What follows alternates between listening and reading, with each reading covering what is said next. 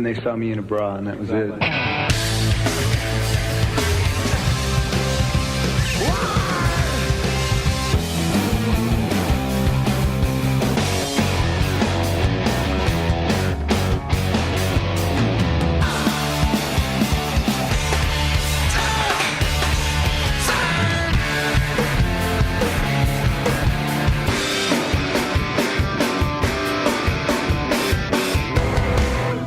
What is up, Pearl Jam nerds? You are listening to Single Podcast Theory. I'm your host, Brad Lyons, here with...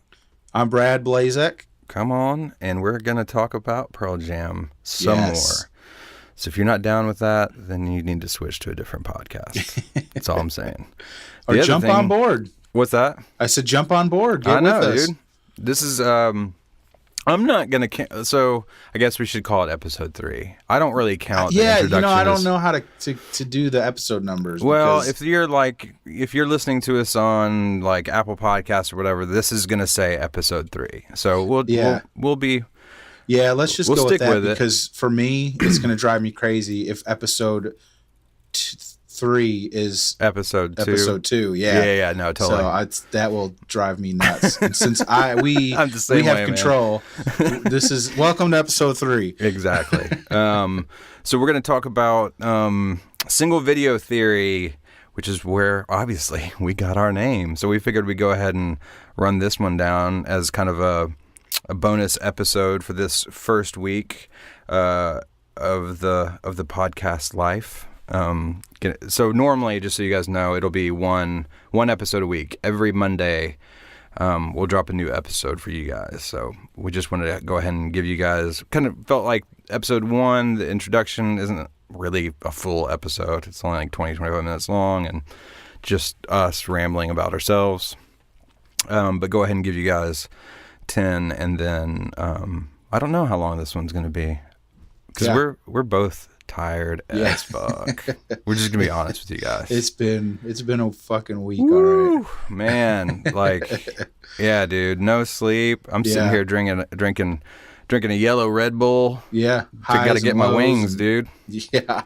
Ooh, man. But all that to say, that's not a complaint. I'm super stoked about being here with Brad and talking about Pearl Jam. Dude, I'm excited about this whole, new adventure in my life. I mean, I think we were talking yesterday. I've always been interested in like talk radio when I was a kid, and now into the era of podcasts, I love listening to a lot of different stuff, and to actually be doing one, is pretty cool. It's something that I've always wanted to do, and I can't believe I'm sitting here doing it now. So it's, man. And anyone can do it, Sure. that's one thing that's, I mean. Well, shit, if we're doing it. Yeah, exactly. Yeah. We don't even know each other, I know, right? So like get together with your friend and get some cheap microphones, and it's not that complicated. No, it's really not. I mean, you got up and running so fast. Yeah. Yeah. Yeah, man, it's. I think this is going to be a lot of fun. Yeah, I'm not going to lie. Yeah, it feels really good so far. So yeah, thank you to whoever's listening right now. But I don't know. Could be 2 people. Could be my mom. Yeah, and it's my your wife and your mom. Yeah. Oh, right. That's nice, honey. Exactly. Or it could be 1,000 people. I don't know, but we do want to talk to you guys. So, like I said in the last episode, this podcast is not going to last long if we don't have people to interact with. The whole point of this is to be part of the community, but also provide another part of the community. You know what I mean? Yeah. So you want to tell them where they can find us? Let's see. We've got singlepodcasttheory@gmail.com. Yep. Twitter is the only one that's different. Twitter is at Pearl Jam Podcast. Pearl Jam Podcast. Yeah. I'm still getting the hang of all these. Instagram is Single Podcast Theory. Yep. And what else we have? Facebook Facebook. is Single Podcast Theory. I keep wanting to say video. I know, me too. I've caught But myself. yeah, I a few mean, times. if whatever social media you use and Gmail, if you search Single Podcast Theory, you're gonna find us. Yeah, absolutely. And just, I don't think I missed this last episode, but we are going to be putting this stuff up on YouTube as well. So, Yeah, I've heard other podcast people, they listen want it. exclusively through YouTube. So Yeah, which it'll be, I don't it'll be up there understand. too. it's funny. I don't either. It's kind of a weird medium to try and listen to stuff. But Yeah, I mean, when I think YouTube, I think video. yeah. But I know I've been around people that like do like music playlists and stuff and they're not looking at the videos. They're just they got it plugged into their phone. I like mean, it it was could their be iPod. people that are at work or at school, and maybe some of those other or I don't know how you say it. The other mediums are blocked for some reason. And That's true. you know what I mean? Yeah, Something like that. So Maybe. I don't know. Or maybe I just don't know what the kids like, man. I don't know what the kids like. come on, Dad, it's YouTube. Don't you know anything? Can we consider ourselves YouTubers? Dude, we can. That's awesome. That ever since I was a young boy up north, I thought one day I'm going to be a YouTuber. Before there was even a YouTuber, Yeah, I thought. Yeah. Oh, actually, now that you say that, so my son Aiden, he's that age. He's 9 years old, so he wants to be a YouTuber. Oh, right? wow. That's what he wants to do, or one of the things he wants to do. Yeah. And he put together I helped him put together a YouTube channel or whatever, and of course it's got like all kinds of blocks on it or whatever. But Yeah. to him, he's got a YouTube channel, and he's always looking to see if he's got any more subscribers, which he Right. calls, I guess the lingo is subs. See if he got any more subs. And now I'm going to be able to rub it in his little 9-year-old face. As long as I can get more than 6 subs, I'm Right. going to have kicked his ass. Yeah, And he's yes. going to be pissed. That's some good parenting, huh? Yeah. Oh, Just shame him. yeah. Well, hey, you have to. Oh, God. Well, How will they learn? Exactly.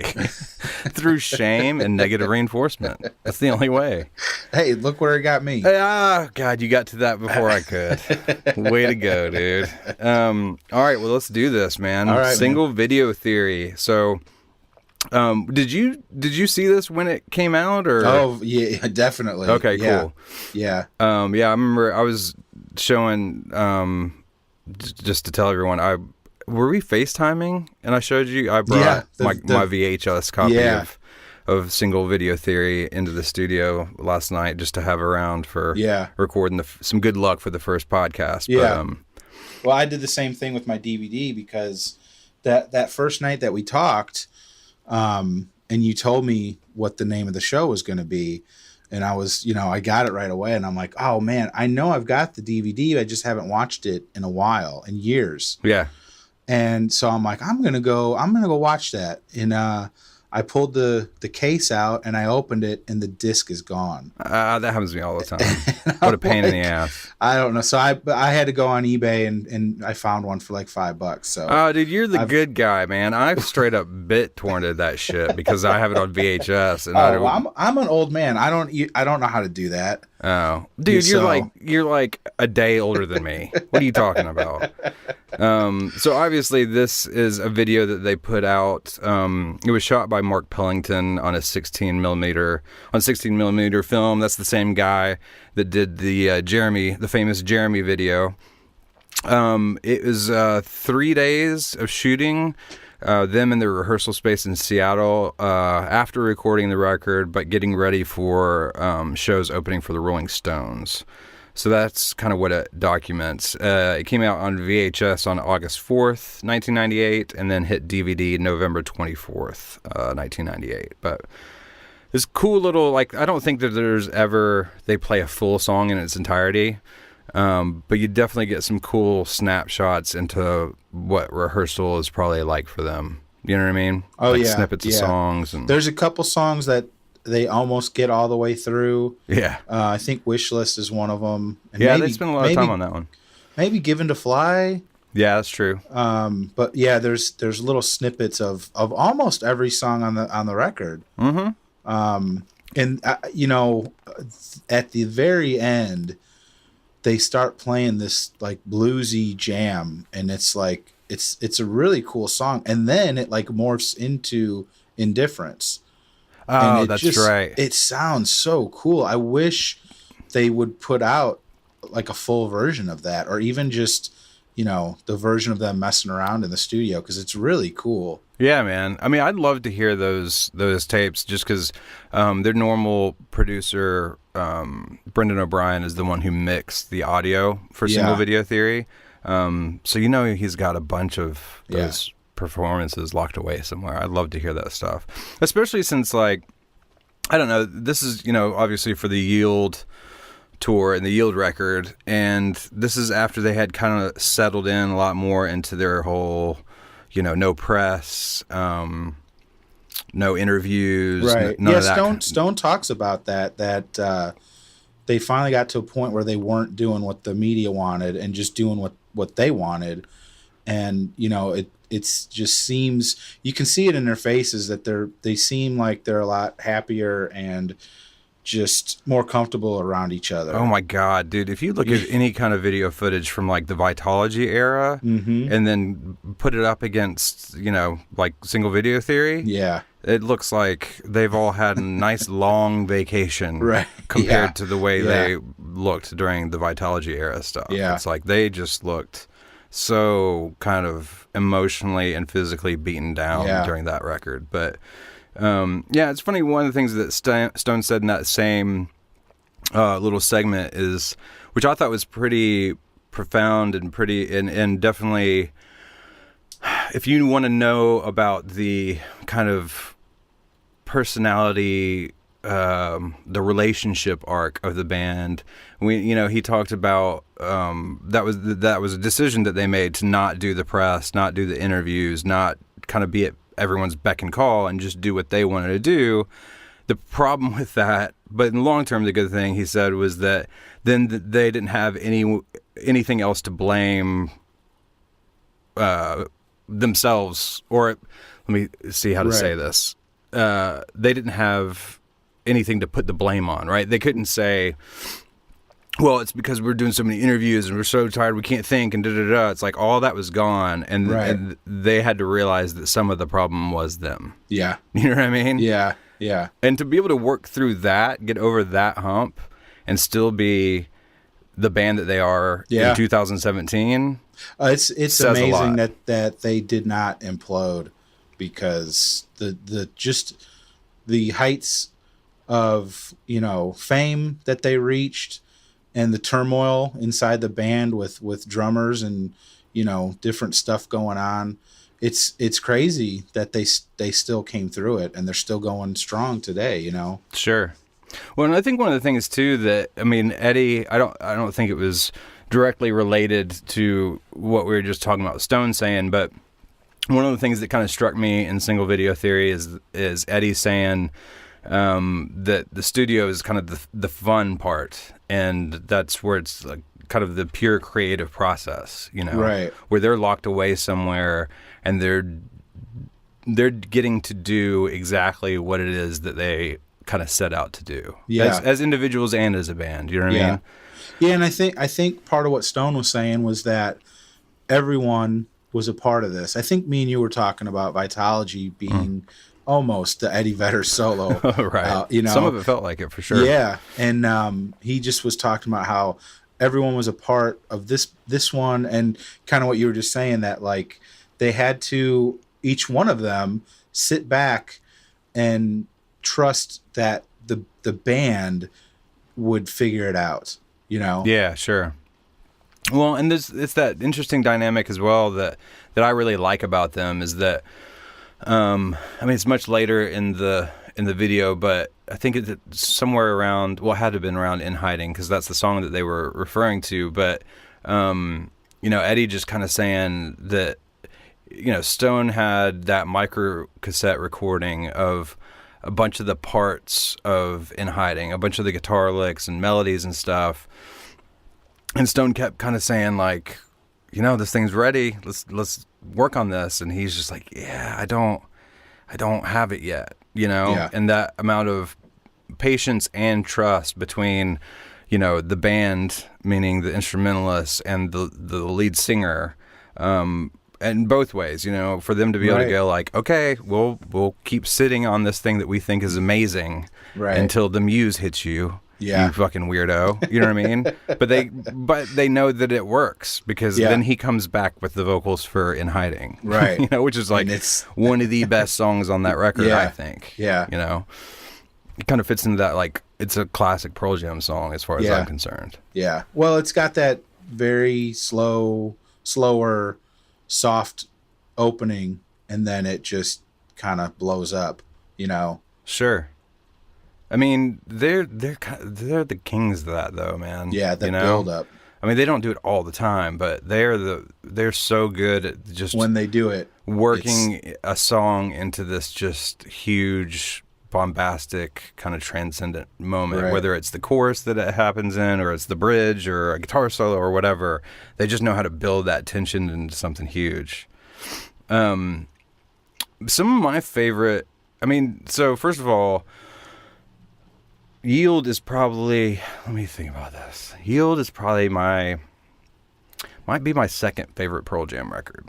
yeah, Um, it's up there for me. I mean, I kind of go back and forth with Yield and 10 and Binaural in my number 2 slot. Right. I love No Code. That's my favorite by them. Me too. But yeah, this album was a lot different than No Code. But Oh God, yeah. you know what I mean? But not in a bad way. No, not at all. But you can hear. I mean, because it kind of goes back to what we were talking about originally. Sorry, I'm burping my red beer, or my Red Bull. The process for those two were so different, though. Because I mean, think about this: they had Vitology, which was a really rough time for them, as far as I can tell. Yeah. Eddie bringing in, a lot of the songwriting duties, and then No Code. That's one of those records where, in that interview they had like 3 or 4 hours worth of interview footage for the Yeah. promo for Lightning Bolt.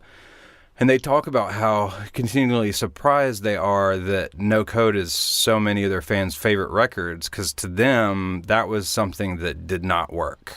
They were just Wow. like, that was the record that we did not hit the mark, and it was kind of a piece of shit. But then Yeah. they have all these people that say it's their favorite record. And that just kind of, you read interviews and hear stories about the recording of that record, and it sounds very disjointed, and it sounds very like whoever showed up that day got to write. Yeah. You know what I mean? Like, Yeah. it's probably not that extreme, but it did sound very disjointed. Yeah. And there's even a couple No. songs where I wonder, like, was Mike even there? Right. Or was so-and-so even there? yeah. But then... But that's kind of a testament to just their individual genius that they could come up with that I know. album. It kind of pisses me off. Yeah. It's like, Yeah. I don't know. They're just like It's not fair. not half-assing. I don't think they ever half-ass it, but just not No, in the well, best it's creative just- spot, and they still make my favorite record of theirs. Yeah, yeah. I think it's just the yield is the old saying about, the sum of all the parts. Sure. But No Code is each part, and it still is awesome. Hell yeah. You Like I said, dude, that's going to be a fun one. If that's Yeah. both of our, Oh, yeah. that's our favorite record. Yeah. Oh yeah. Ooh, I can't wait for there's that a lot. episode. I know. We're going to have to hold off on that one for a while. Yeah. Build up the tension a Yeah, little bit. build up just like them. But the yield sessions just seemed so. I mean, that's one of the things that Jack said, was that they just wanted to take their time with this one. Right. Like coming off of No Code. And that was how he was introduced into the band, Mm-hmm. basically on the Vitology tour. So he's learning all of Dave Abruzzese parts, and then they're definitely probably writing for the next record. And you can see by just the few times that he's interviewed, you can totally tell that, because Eddie and some of the other guys have said that Jack coming into the band like saved them. yeah, And you can see he's got a real just like Zen like thing going on, you know? Oh yeah, dude. And plus I think he's a little older than those guys, and he was in, you know, Chili Peppers. Sure. So he kind of, you know, I think knew how to kind of rein them in and keep them all, you know, a cohesive unit. Well, man, it seems like he just kind of came in during the middle of all that shit and was like, listen, assholes, you guys all need to chill out, quit taking yourself so seriously, you know, either break up or don't. Like, let's just calm down and let's write some music and let's do it on our own time. You know what I mean? Yeah. And just like have fun with it, you know? Be a little bit lighthearted about the process. Yeah. Because, man, you're going to burn. I mean, as someone that makes music for a living, like, if you, I mean, I understand, like, this is a lesson that I've had to learn, you know, as an individual. And I can't imagine having the amount of success and the amount of eyes on you that a band like Pearl Jam would have. But if you can't step back every once in a while and just take some of the pressure off and realize that on one hand, music is the most important thing in the world to you, and on the other hand, it's just music. Right. Does that make sense? Like having a little bit of balance there. Yeah. And like you said, he seems to have brought that to the band. Yeah. For sure. So I thank you, Jack Irons. Thank you for your because your even Zen when they like argue, Buddha mentality. Even when they argue, it's very subdued and like, you know, the whole thing with the Ebo at the end of Wishlist, right? You know, And I don't even. You might be able to explain exactly what's going on in that scene with what the problem is. Yeah, but I can totally tell you what it is. As someone that's not a musician, I know that they were arguing, but I don't know the specifics of what. I think it was Stone kept saying he couldn't get to it. Yeah. And if maybe you can kind of explain. Yeah. So for all non-musicians or at least non-guitar players or whatever, like an EBow. Do you know what an EBow is? Not particularly. Okay, so it's this. I know obviously it makes that sound at the end of the where he does like the vocal melody on the guitar. So it's this little I don't know, it kind of looks like a boomerang almost, and you hold it in your pick hand and you rest it above whatever string you want to use, and it creates this magnetic field between the string and the pickups and the device that you're holding, the EBow, and it causes the string to just continuously vibrate. So it's almost like, that's why they call it an EBow, like an electronic bow. It's like when a cello player is bowing like a really long note. Okay, it does the same thing, except for you're on a guitar, and so you have to. I mean, I've been in those situations before where someone that's hired me to play for them or whatever, they're like, yeah, and then I want you to cover that EBow part. And it's already, I mean, to put it in context for me, it's always been like, okay, I got hired on this tour and I'm the only guitar player, but there's tons of keys on like pianos and keyboards on the records too. So I'm also trying to cover a bunch of those parts. And then they're like, oh yeah, cover this with an EBow.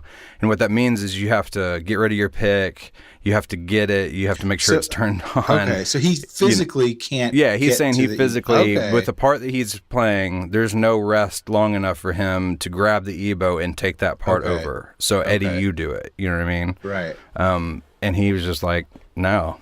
And it was funny watching that again. Why is he like, no, if he's the one that fucking wanted it? I know. That's what drove me crazy about it, because I've been in bands with those lead singers, man, and you're just like, hey, dude. Yeah. You fucking do it then. Right. It's like that. It's like that. We're going to bring up Metallica all the time on this project. It's like in A Year and a Half in Life when Lars keeps asking James to sing. Yeah. And he's like, dude, I'm losing my voice. I've been singing all day while you were at the hotel doing God knows what. You're wearing a fucking bathrobe. And he goes, you want to hear the song? You sing it. And he just throws his headphones across the room and walks out. I'm like, that's why James is a badass. But it's that same kind of thing. But you saw, I mean, at the end of it, Eddie just kind of gave his little Eddie smirk. I was like, okay. You know what I mean? Yeah, yeah. Which is cool to see. That's what I'm trying to say is that that was their argument. You know what I mean? there was no some kind of monster, fuck. Yeah, right. Yeah, In sure. this, Well, they there had all- was. They just didn't catch it on they tape. didn't film it right. Yeah, and it was funny too, like that little nod and wink kind of thing that Eddie does from time to time. Like, Yeah, going back to what Stone was saying about not doing the press and how it kind of left them with themselves, and it really put a kind of a spotlight on their own internal problems that were outside of things like press or whatever. And when Eddie's kind of like, he said, I wouldn't. If the problem was me, I would never admit it's me. Right. He was like, Yeah. well, actually, no, I never. He goes, no, you know what? Stone's the problem. Yeah. It's Stone's the problem, You never get those kind of, or back then you didn't get the straight answers out of Eddie, you know? Right. Everything was kind of tongue-in-cheek, but. Yeah.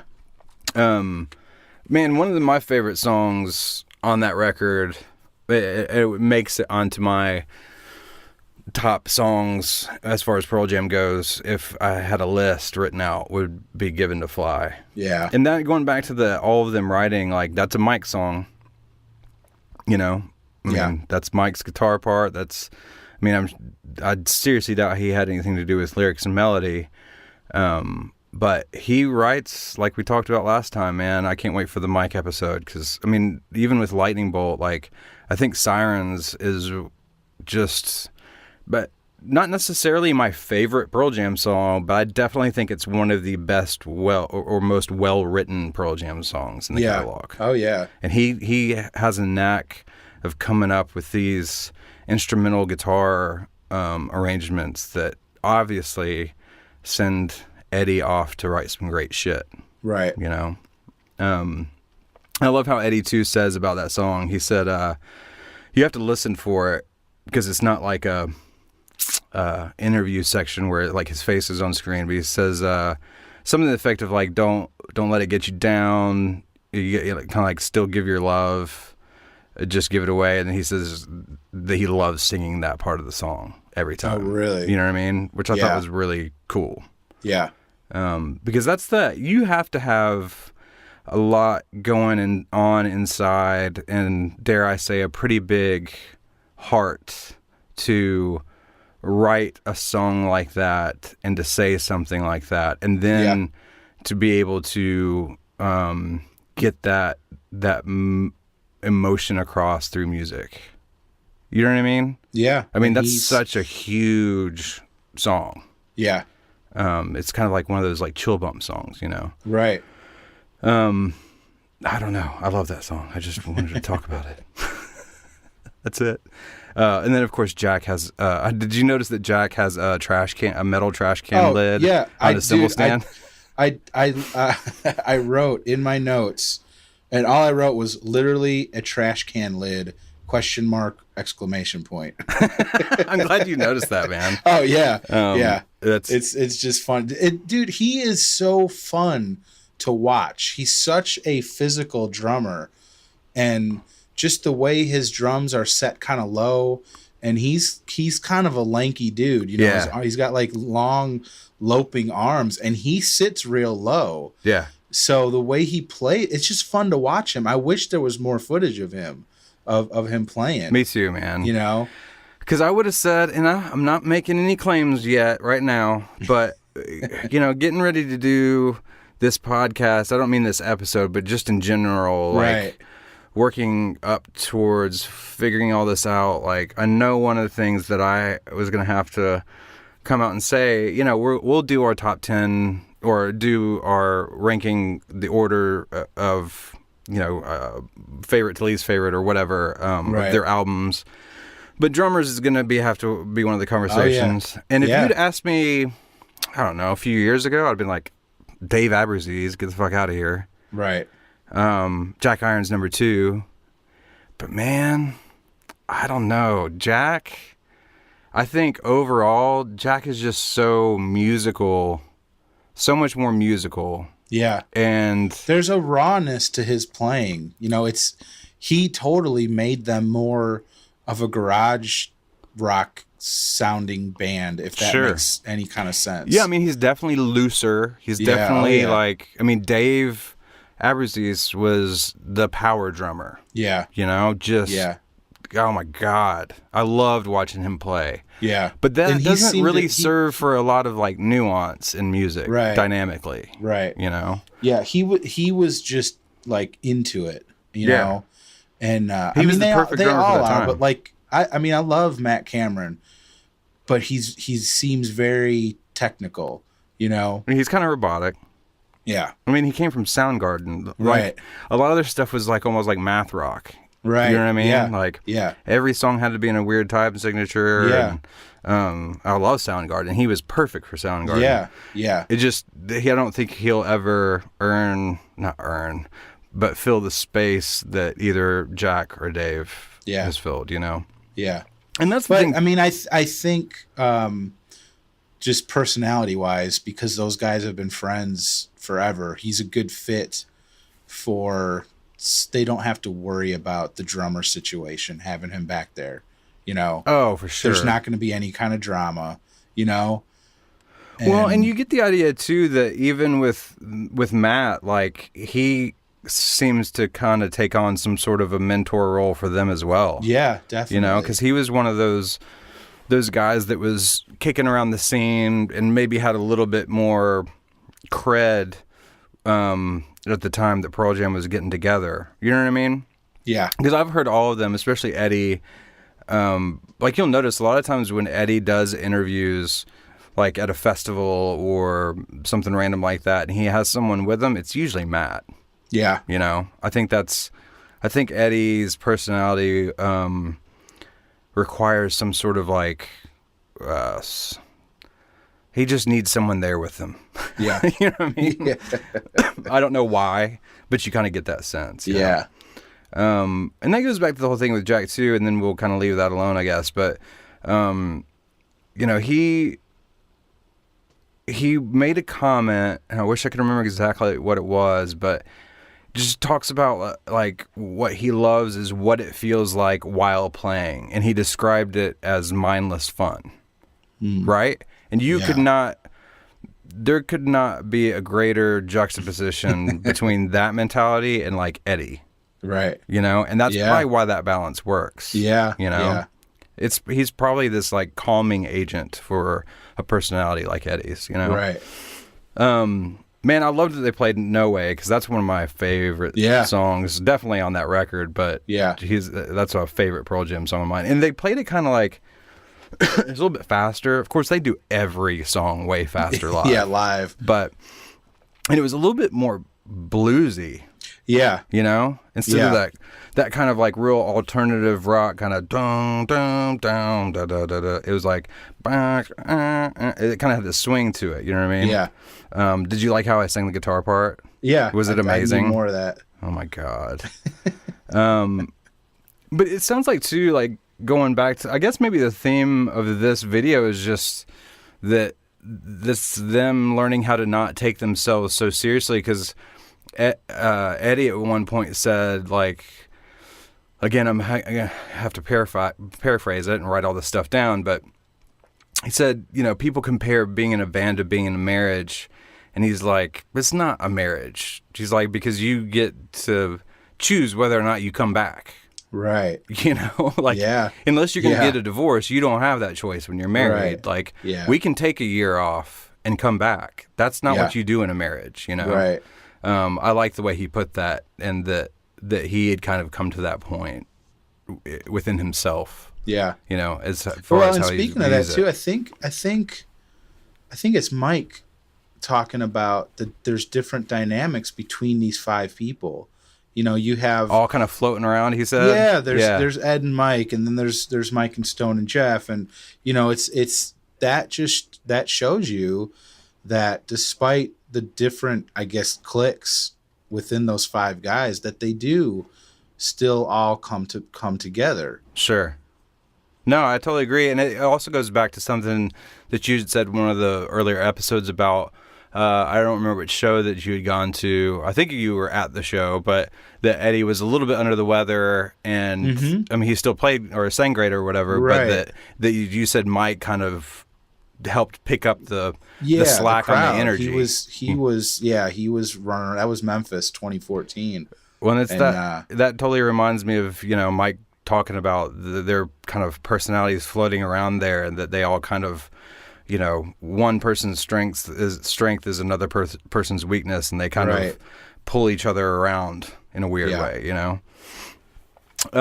What else we got about this, man? I mean, I thought all the performances were not great, but that's they're very loose. I mean, they're definitely rehearsal performances. Yeah, But most yeah. bands would not let that get put out.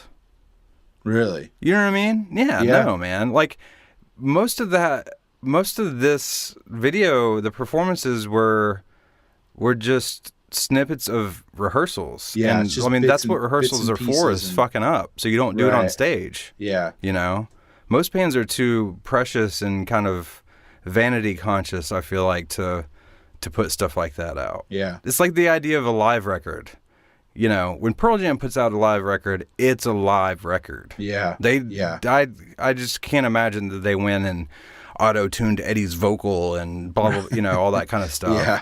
Now, if Yeah. there's true technical problems that have nothing to do with the performance and they have to fix something, I'm cool with that. I'm not like Yeah. a purist or anything, but so many people making live records, and it's like, man, they've overdubbed all the guitars, they've Right. overdubbed the vocals, they've basically overdubbed everything except for like drums. Yeah. I love that I mean, how many official bootlegs do you think they put out?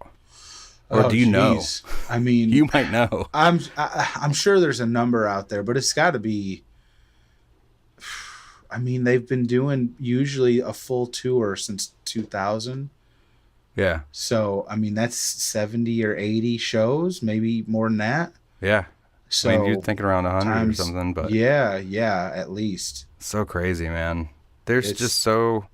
That's the thing I love about them too, is that kind of piggybacking off what I said about the video footage of them playing on this. Now, I take it back. Some of it's really great. Yeah. I guess what I'm saying is that I'm glad that they left in the stuff that wasn't great. Yeah, but it's You know? it's great because it's Schwarzenegger. That's what I was about to say. Like, So it's cool to see that kind of stuff. Absolutely. And you talk about Metallica. It seems like they do that. Maybe not a lot, but they showed the tuning room stuff. right. And I think and I know it's on some kind of Monster. I can't remember what song it is, but they show James trying to get the lyrics and the melody, the way he sings the verses, getting it down, and Yeah. it sounds like crap at first. Right. And I think he is kind of like not wanting to do it, Right. and Bob Rock is pushing him. Yeah. And you see the evolution of it, what it turns into, and it's pretty cool, Hell yeah. I love that, man. And again, I love to see that kind of behind the scenes, The behind the type scenes stuff. Absolutely. Because So that's the real this- stuff. I mean, I remember growing up as a kid and thinking, I thought one of the reasons why I would never be a musician is that I thought that when I put on, Stairway to Heaven or Alive or whatever the song was that I loved, that recording, like the band just showed up at a studio that day and they just walked in and played, and that's what happened. Right. And then I got a little bit older and actually started working in bands and doing stuff and realized like, oh no, Yeah. that is not how it works. Like, Now, speaking of that, the recording process. I mean, does any band record with just the whole band playing the song all the way through, or does that just not happen? no, I just did a record 2 weeks ago and it was 6 people playing at the same time. Wow. Without a click track, without a metronome, there's bleed, so you can't fix stuff. They Right. actually have to play it. Yeah. So, but it's definitely more rare. And I mean, even a band like Pearl Jam, I mean, I know what they do, which is it's kind of a hybrid where they record as a band. Eddie will be there. I would imagine most of the time. singing with him, but they're probably not even keeping the vocal, or maybe they are, but they're not worried about the vocal. Right. They're trying to get the band together and figure out the arrangement, the dynamics, and all that kind of stuff. And then they get a take where they're like, that was the one. That's the take. Okay. And then Eddie will come back after the fact and overdub vocals. Right. And, you know, Mike or Stone might have like their main guitar part that they laid down as a band, but then they're like, well, I have this idea that I always thought of this part with this part on top of it. And so they might do something like that. But it is the band playing together. Right. You know what I mean? Yeah. Which I think is the best way to do it, because, you know, I love Eddie's voice so much. I want to hear the vocal that he put the stamp of approval on. Right. And I also love the way Brendan O'Brien handles Eddie's vocals, like, to get all that out of him. I saw or read somewhere that Brendan will, you know, when you're in the studio as a vocalist, you'll have, I mean, there's lots of ways to do it, but you got the headphones on, and that's, you know, the sound of the band is coming through the headphones, then you're standing in front of the mic with the pop filter and you sing, and you can get your levels, and it's like, oh, I want less band and more of my voice, or less of my voice, more of the band, whatever. And what he does is intentionally keep Eddie's vocal volume low, so that the only way for him to hear his vocal in his headphones is that he has to be really fucking loud. Wow. Yeah, that's interesting. So Brennan, through limiting the amount of volume he's going to give Eddie of his own voice, is causing him to push like that. To go there. You know? Which I think is great. That's cool. That's really cool. Because you can, when you're doing vocals in a studio, you can get overwhelmed and a little too precious about the way the voice sounds, and have too much of it in your ear, and that means that you're thinking more than you're singing, you know? Right, and then it's that thing when you look at a word 100 times, that word doesn't mean anything anymore. Right. And it's got to be the same when you're singing over and over in your head. You know, you're not even hearing what you're hearing and saying doesn't even make sense anymore. Sure. Yeah, So. absolutely. Man, you got any other big takeaways from that video? It was good to watch it again.